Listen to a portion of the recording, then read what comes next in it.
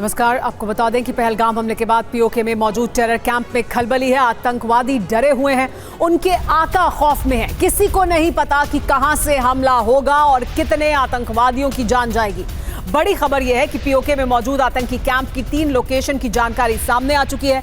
इन location पर कौन सा आतंकी संगठन सक्रिय है, इसकी भी जानकारी आई है। तीनों लोकेशन पर लश्कर, जैश और हिजबुल मुजाहिदीन के आतंकी मौजूद हैं। आतंकी यहां ट्रेनिंग ले रहे हैं। इन कैंप की जिम्मेदारी भी अलग अलग कमांडर्स को दी गई है। पीओके में मौजूद ये आतंकी कैंप ट्रेनिंग के साथ साथ लॉन्चिंग पैड के तौर पर भी इस्तेमाल होते हैं। इन कैंप में आतंकियों को भारतीय सीमा में दाखिल करवाया जाता है। यहां पर इनकी ट्रेनिंग कराई जाती है। जानकारी ये मिली है कि लश्कर, जैश और हिजबुल मुजाहिदीन के आतंकी यहां पर मौजूद हैं। अलग अलग कैंप की जिम्मेदारी अलग अलग कमांडर्स को दी गई है। यही वो कैंप है जिनका इस्तेमाल लॉन्चिंग पैड के तौर पर किया जाता है। यहां पर ट्रेनिंग देने के बाद यहीं से भारतीय सीमा में दाखिल कराया जाता है इन आतंकवादियों को। लेकिन पहलगाम आतंकी हमले की साजिश डीकोड हो गई है। जांच एजेंसियों को पहलगाम हमले के डिजिटल फुटप्रिंट्स मिले हैं। सोशल मीडिया पर रेजिस्टेंस टाइम ग्रुप एक्टिव था। इस ग्रुप में 146 से ज्यादा आतंकी जुड़े थे। जैश नाम के यूजर ने किया था एक भड़काऊ पोस्ट। जैश ने लिखा, आई नीड गन। तो देखिए, ये वो ग्रुप है, रेजिस्टेंस टाइम ग्रुप, जो एक्टिव था सोशल मीडिया पर। डिजिटल फुटप्रिंट्स की भी तलाश की जा रही है ताकि उसके जरिए किस तरह से साजिश को अंजाम दिया गया, उसमें कौन कौन लोग शामिल थे, कैसे समर्थन मिला, सब कुछ पता लगाया जा सके। लेकिन पहलगाम हमले के बाद आईएसआई ने बड़ी साजिश की है। पर प्रवासी और पुलिसकर्मियों को टारगेट करने की एक बड़ी साजिश है। कश्मीरी पंडितों के खिलाफ भी हमले की साजिश है। श्रीनगर और गांदरबल जिलों में आतंकी हमले की साजिश की जा सकती है। खुफिया एजेंसियों के हवाले से बड़ी खबर आई है कि आईएसआई अपनी साजिशों को अंजाम देने के लिए कुछ नई साजिशें कर रहा है, जिसमें कश्मीरी पंडितों को टारगेट करना एक अहम साजिश का हिस्सा हो सकता है। इस बीच पाकिस्तान के रक्षा मंत्री का एक्स अकाउंट बंद कर दिया गया है। भारत में ख्वाजा आसिफ का अकाउंट बंद किया गया है। पाकिस्तान के रक्षा मंत्री का ये एक्स अकाउंट है, जो देखिए हम आपको तस्वीर दिखा रहे हैं। अगर आप उनके एक्स अकाउंट पर जाएंगे तो वो इस तरह का एक संदेश दिखाई देगा कि ये अकाउंट विदहेल्ड है, इसे रोका गया है। भारत में इस अकाउंट को अब नहीं देखा जा सकता। पाकिस्तानी सेना और आईएसआई से जुड़े कुछ पत्रकार भी हैं, उन पर भी इसी तरह का एक्शन लिया गया है। फेक न्यूज फैलाने के आरोप में ये कार्रवाई की गई है। लेकिन पहलगाम हमले को लेकर इस वक्त एक और बड़ी जानकारी हमारे पास ये कि जिप लाइन ऑपरेटर से एनआईए पूछताछ कर रही है। नए वीडियो में दिखा था जिप लाइन ऑपरेटर, उसको लेकर पर्यटक ने शक जाहिर किया था। पर्यटक ऋषि भट्ट के साथ ये ऑपरेटर दिख रहा था वीडियो में। जिप लाइन पर भेजने से पहले ऑपरेटर ने बोला था अल्लाहू अकबर। इसको लेकर जो पर्यटक है ऋषि भट्ट, उसने शक जाहिर किया था और अब एनआईए जिप लाइन ऑपरेटर से बातचीत कर रही है, उससे पूछताछ की जा रही है। पहलगाम आतंकी हमले की जांच तेज हो गई है। कई एंगल से जांच की जा रही है। जो वहां पर मौजूद घोड़े वाले थे, घोड़े वालों से भी पुलिस पूछताछ कर रही है। करीब 100 से ज्यादा घोड़े वालों को बुलाया गया है पहलगाम पुलिस स्टेशन में, इनसे पूछताछ की जा रही है। तो पहलगाम पुलिस स्टेशन में जो घोड़े वाले, खच्चर वाले वहां पर उस वक्त मौजूद थे उस पर्यटक स्थल पर, उनको बुलाया गया और उनसे पूछताछ की जा रही है। इस बीच एक और एक्शन लिया गया है। पाकिस्तान के पूर्व मंत्री फवाद चौधरी की बौखलाहट सामने आई है।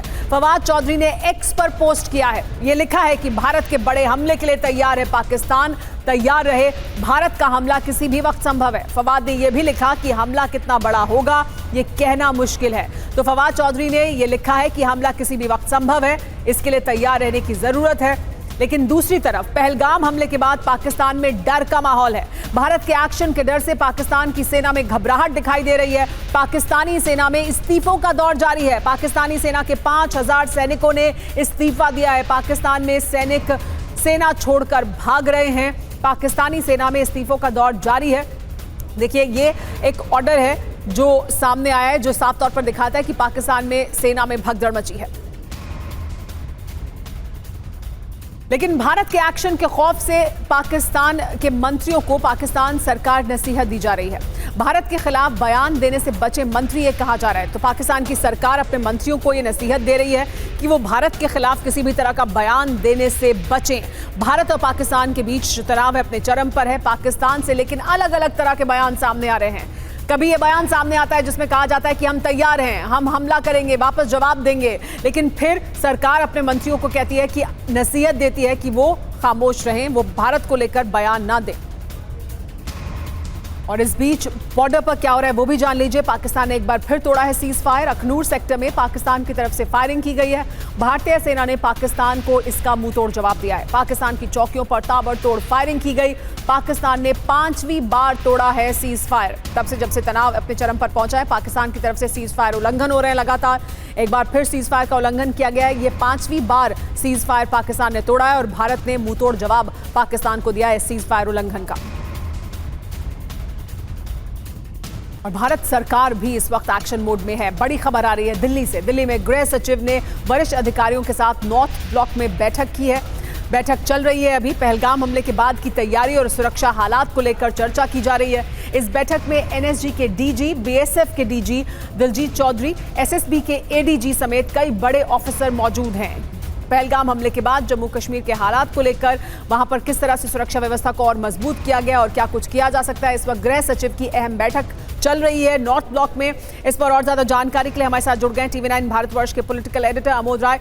अमोद, हर जो फोर्स है इस वक्त अपने एक्शन मोड में है। पहले ही सबको ये कह दिया गया था कि सुरक्षा व्यवस्था को चाक चौबंद किया जाए और मजबूत किया जाए। इस बैठक का एजेंडा क्या है, क्योंकि इसमें एनएसजी के डीजी, बीएसएफ के डीजी दिलजीत चौधरी मौजूद हैं, एसएसबी के एडीजी समेत कई बड़े ऑफिसर मौजूद हैं गृह सचिव के साथ।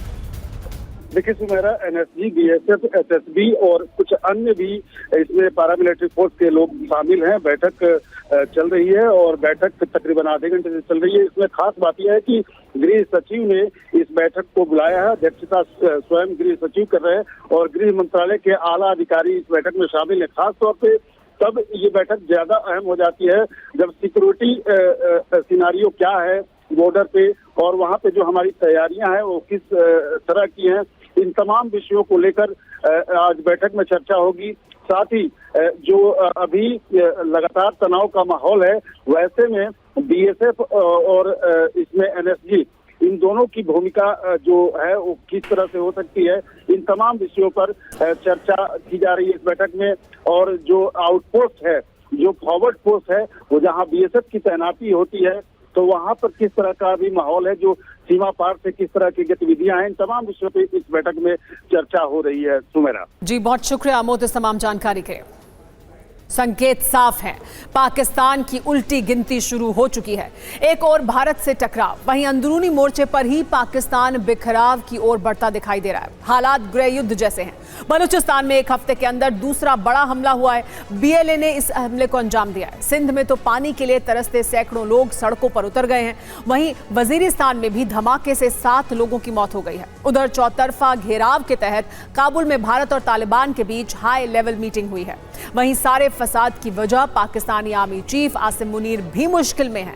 अब पाकिस्तानी ही मुनीर के लिए फांसी की मांग कर रहे हैं। इन सभी बातों के बारे में आपको हम तफसील से बताते हैं क्या कुछ हो रहा है दरअसल पाकिस्तान में। अभी हमने आपको जो बताया, अब उसे तफसील से विस्तार के साथ समझिए। देखिए कैसे पाकिस्तान के 4 टुकड़े होंगे ये कहा जा रहा है। बलूचिस्तान में बीएलए ने पाकिस्तान के खिलाफ मोर्चा खोला हुआ है और बहुत लंबे समय से संघर्ष चल रहा है। ये संघर्ष समय के साथ और उग्र होता जा रहा है। जुल्म और सितम से तंग आकर पाकिस्तानी फौजियों पर ये हमले किए जा रहे हैं। बलूचों की मांग है कि बलूचिस्तान को अलग देश बनाया जाए। इसी तरह की मांग सिंध में भी हो रही है। सिंधी बोली बोलने वाले अलग सिंधु देश बनाने की मांग कर रहे हैं। तो मुखालफत पंजाब में भी कम नहीं है। इसी तरह पश्तून भी पख्तूनिस्तान की मांग कर रहे हैं। यानी पाकिस्तान के 4 टुकड़े होंगे ये कहा जा रहा है, क्योंकि अलग अलग हिस्सों में इस तरह का तनाव लगातार बना हुआ है। गृह युद्ध जैसी स्थिति है पाकिस्तान में। क्यों पाकिस्तान के 4 टुकड़े होंगे, आपको ये और तफसील से बताते हैं और विस्तार से बताते हैं। पाकिस्तान के अलग अलग प्रांतों में इस वक्त क्या हालात हैं उसे समझिए और उसके जरिए आपको समझ आएगा कि देखिए क्यों हम ये कह रहे हैं कि ये 4 टुकड़े होंगे। अलग अलग प्रांत पाकिस्तान के 4 प्रांतों में बड़ी लड़ाई है पाकिस्तान में। खैबर पख्तूनख्वा, बलूचिस्तान, सिंध और पंजाब, ये जो चारों प्रांत हैं पाकिस्तान में। खैबर पख्तूनख्वा में टीटीपी का गढ़ है। ये टीटीपी की तरफ से लगातार कहा जा रहा है कि वो पाकिस्तानी सेना के खिलाफ है और लगातार उसका एक्शन पाकिस्तान सेना के खिलाफ दिखाई दे रहा है। बलूचिस्तान में बीएलए का ये गढ़ है और बीएलए पाकिस्तान की सेना पर न सिर्फ हमले कर रही है, पाकिस्तानी सैनिकों को मौत के घाट उतार रही है और लगातार संघर्ष कर रही है। सिंध में सिंधी राष्ट्रवाद का मुद्दा मौजूद है और उनका यह कहना है कि वो अपना अलग प्रांत चाहते हैं। पंजाब में जो सबसे समृद्ध प्रदेश है और शक्तिशाली है, उसका यह कहना है कि सब कुछ पंजाब से आता है तो पंजाब को अलग किया जाना चाहिए। खैबर पख्तूनख्वा अलग देश की मांग करता है। बलूचिस्तान में क्या विवाद है समझिए, यहाँ पर भी आज़ादी की मांग है। तो खैबर पख्तूनख्वा, बलूचिस्तान दोनों जगह पर आज़ादी की मांग है। सिंध में सेना से मुक्ति की मांग की जा रही है और पंजाब में शरीफ परिवार के खिलाफ गुस्सा है। ये गुस्सा है लोगों में कि यहाँ पर राजनीति की वजह से लोगों को फायदा नहीं पहुँचता है। खैबर पख्तूनख्वा में सेना पर लगातार हमले हो रहे हैं। बलूचिस्तान में भी भारी विद्रोह है, साफ तौर पर दिख रहा है। सिंध में भारी सामाजिक तनाव है और पंजाब में सेना से मुक्ति की मांग लगातार की जा रही है। वहां पर शरीफ परिवार के प्रभाव से भी लोग परेशान हैं। तो इस तरह के हालात पाकिस्तान के 4 बड़े प्रांतों में दिखाई दे रहे हैं। पाकिस्तान की एक और साजिश की जानकारी भी लेकिन इस बीच सामने आ गई है। पाकिस्तान की तरफ से साइबर अटैक की कोशिश हुई है। सेना से संबंधित वेबसाइट को हैक करने की कोशिश की गई। पिछले 2 दिन में 2 बार हैकिंग की कोशिश हुई। सभी वेबसाइट सेना के नेटवर्क से जुड़ी थी और कोशिश हुई है हैक करने की। हमारे साथ जुड़ गए हैं TV9 भारतवर्ष संवाददाता सुमित चौधरी। सुमित, हम लगातार ये बात कर रहे हैं कि जिस तरह से युद्ध लड़ा जाएगा, अब आज के ज़माने में हर फ्रंट पर युद्ध के लिए तैयार रहने की ज़रूरत है। तो साइबर अटैक भी उसका एक हिस्सा है जो पाकिस्तान की तरफ से कोशिश की गई, लेकिन उसका नतीजा क्या हुआ? देखिए, बिल्कुल पाकिस्तान इस समय हर संभव कोशिश कर रहा है कि वो ना सिर्फ हमारे जो इंटेलिजेंस है वो गैदर कर सके, बल्कि हमारी कई वेबसाइट्स हैं जिसमें पाकिस्तान स्पॉन्सर या पाकिस्तान में बैठे हैकर्स जो है लगातार अटैक कर रहे हैं। 2 दिन में 2 बार ऐसे अटैक देखे गए जिसमें ना सिर्फ आर्मी पब्लिक स्कूल रानीखेत है, army public school Srinagar, IFA placement cell और इंडियन आर्मी हाउसिंग सोसाइटी जैसी वेबसाइट्स को अटैक करने की कोशिश की गई है। हालांकि ये पूरे के पूरे अटैक विफल कर दिए गए, लेकिन ये जरूर है कि पाकिस्तान इस समय हर प्रॉक्सी की मदद ले रहा है, चाहे वो ISI हो, उसकी इंटेलिजेंस एजेंसीज हो या फिर उसके हैकर्स का प्रॉक्सी ग्रुप्स हो जो लगातार भारतीय आर्मी हो, एयरफोर्स हो, नेवी हो, इनके साथ जो एजुकेशन और वेलफेयर वेबसाइट्स है इनके साथ जो जुड़े होते हैं उनके ऊपर अटैक लगातार किया जा रहा है। पाकिस्तान में क्या हालात है वो भी आपको बता रहे हैं लगातार। पाकिस्तान क्यों मुश्किल से घिरा हुआ है उसका एक उदाहरण है बलूचिस्तान से बड़ी जानकारी आ रही है। बलूचिस्तान में कई हमलों का दावा किया जा रहा है और BLA ने इन हमलों की जिम्मेदारी ली है। ISI अधिकारी को भी मार गिराया है BLA ने। ग्वादर के पस्ती में BLA ने हमला किया है। तो देखिए, BLA की तरफ से लगातार हमले जारी हैं, दबाव बढ़ता जा रहा है पाकिस्तान पर और किस तरह से हमले हो रहे हैं जिसमें एक ISI अधिकारी को भी मार गिराया गया।